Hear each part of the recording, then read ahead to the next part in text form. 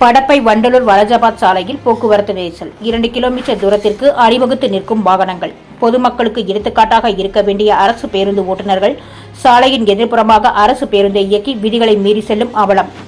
காஞ்சிபுரம் மாவட்டம் ஸ்ரீபெரும்புதூர் அருகே உள்ள வண்டலூர் வலஜாபாத் சாலையில் படப்பை அருகே மேம்பால பணிகள் ஆமை வேகத்தில் நடைபெறுவதால் சுமார் 2 கிலோமீட்டர் நீளத்திற்கு போக்குவரத்து நெரிசல் ஏற்பட்டுள்ளது. வாகனங்கள் அப்படியே ஊர்ந்து நகரும் நிலை காணப்படுகிறது. இதனால் அந்த இடத்தை கடக்க அரை மணிக்கு மேல் நேரம் செலவிட வேண்டிய சூழல் உருவாகியுள்ளது. போக்குவரத்து காவலர்கள் அதிக நெரிசலை சரி செய்ய விரைந்து செயல்பட வேண்டும் என பொதுமக்கள் மற்றும் சமூக ஆர்வலர்கள் கோரிக்கை விடுத்துள்ளனர்.